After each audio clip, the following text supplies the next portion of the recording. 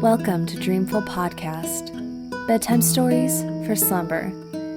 I would like to start this episode by thanking our newest Patreon supporters, Dignan and Lennox Polly.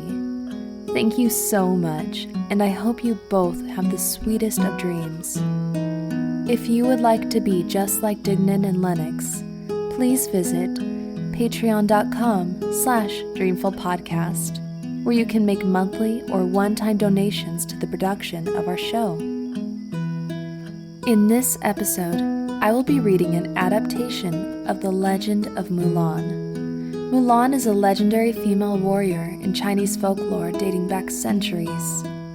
If you would like to hear the original poem, I will be reading it for the Patreon bonus episode. So, snuggle up in your blankets and have sweet dreams.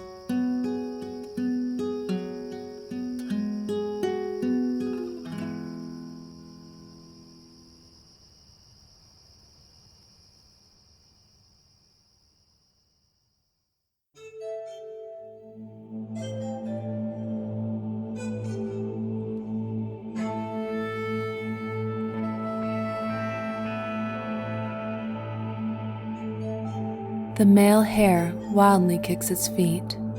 The female hare has shifty eyes. But when a pair of hares run side by side, who can distinguish whether I, in fact, am male or female? Many hundreds of years ago in northern China, there lived a girl named Mulan. Mulan was the eldest of 3 children. She had a sister, and the youngest child in her family was her brother. In this time, an enemy was invading their realm, and the emperor had called upon a male from each family to serve in the army.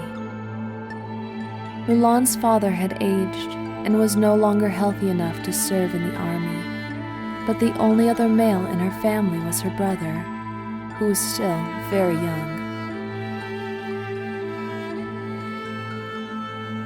Mulan sat worriedly at her loom, staring out the open door while weaving fabric. While her fingers worked the white fibers, her eyes drifted across the yard.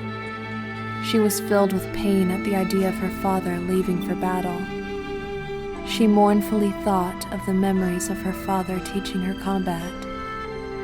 Mulan had spent her entire childhood perfecting archery, combat, and swordcraft. Under his guidance, she had become just as skilled as any of the warrior men. "What is on your mind?" her mother asked. "The way you're staring off in the distance makes me wonder if you are in love with a man." Mulan shook her head. There was no man she was in love with. There was no boy who occupied her thoughts. "Last night I saw the summons from the army," Mulan replied. "The emperor is assembling his troops. They posted the list, and my father's name is on it. He cannot go into battle, but he has no grown-up son." "Yes," sighed her mother, "but he is the only man from our family, so he shall serve the emperor." Mulan, knowing she was just as capable as any of the other men in the village, resolved to pose as her father's son and enlist in the army. With her parents' blessing, she left for the market to buy supplies for her journey. In the eastern market, she bought a horse. In the western market, she bought a saddle. In the southern market, she bought a bridle. In the northern market, she bought a whip. Mulan returned home with her new supplies and packed up her things for the journey south of the mountains. At dawn, she said goodbye to her parents. "I am honored to have such a brave daughter," Mulan's father said to her as he gave her the sword he had worn during his time in the army. Mulan embraced her parents and bade them farewell, filled with excitement to serve her emperor.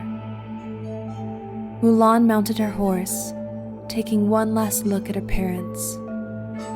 They stood together as they watched her disappear into the distance on her horse, galloping toward battle.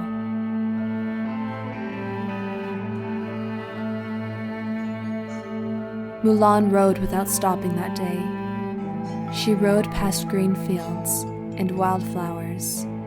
She rode until the warm glow of the sun began to set, painting the sky orange and pink. When the darkness of night grew stronger, she rested by the yellow river. There were a few moments Mulan thought she could hear the faint call of her parents, but it was only the yellow river's flowing water, splashing and roaring through the earth.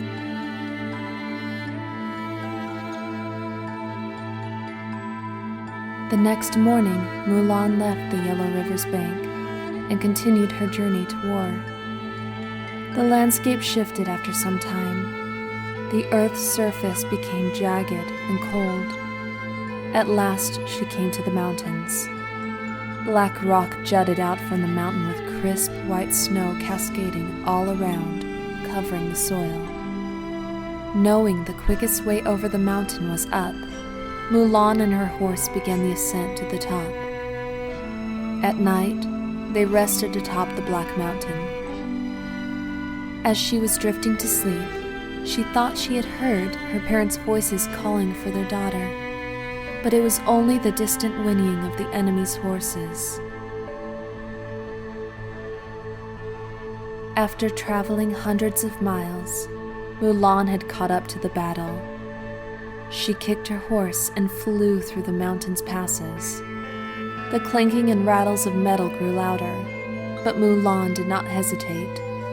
She crashed into combat like a tidal wave, freezing light shining brightly from her armor.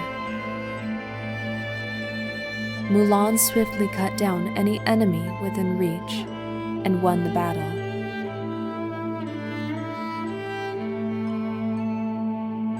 Many years had passed.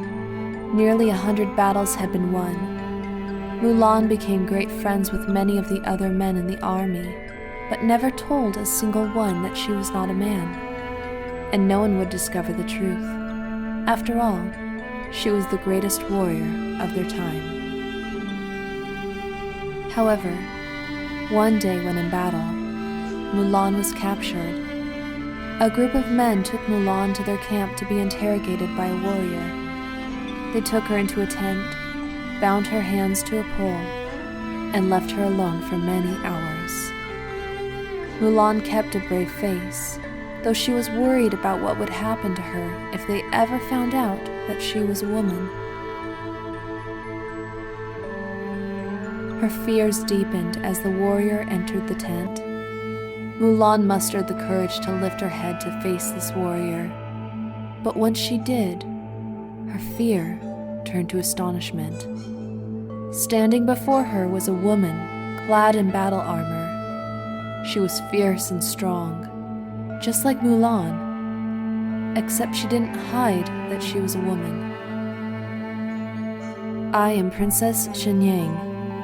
Who is it that ruins my armies? What is your name?" Mulan opened her mouth to answer, but hadn't spoken of her name or life before war in almost a decade. The princess drew her sword and held it to Mulan. "What is your name?" "I'm Mulan," she whispered. "I came in my father's place, his oldest daughter." "Daughter?" Shenyang put down her sword. "If we are the only daughters of war, then you are my sister in battle." Shenyang and Mulan bonded quickly and did become as close as sisters.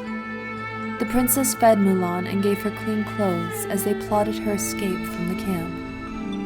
The next morning, just before dawn, Shenyang disguised Mulan and escorted her to the edge of the camp. After Mulan thanked the princess, she slipped away unnoticed.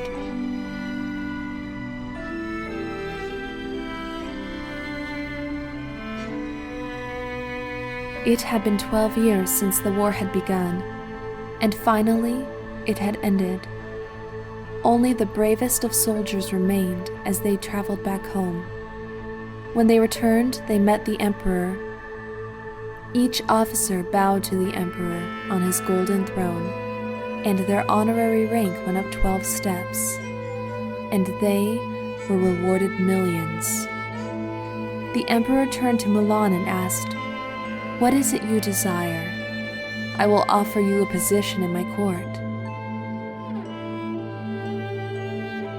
"I, Mulan, do not care for an appointment here at court. Give me a horse good for 1,000 miles to take me back to my home." The emperor granted Mulan her request, and she set off for home. When Mulan's parents heard that she was arriving, they went out of the gates of the city to wait for her. Her sister put on her finest red outfit to joyously greet her, and her brother began preparing a feast in her honor. Mulan rode on the emperor's horse to the city gates and swiftly dismounted. Her family embraced her. They cried tears of happiness to see their daughter and sister home from war.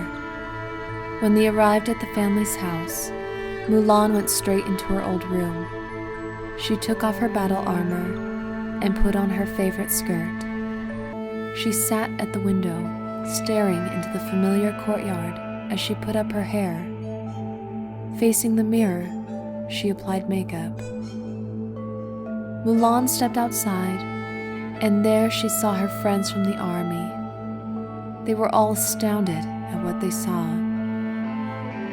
"We marched together for these 12 long years," they cried, and had never known that Mulan was a girl.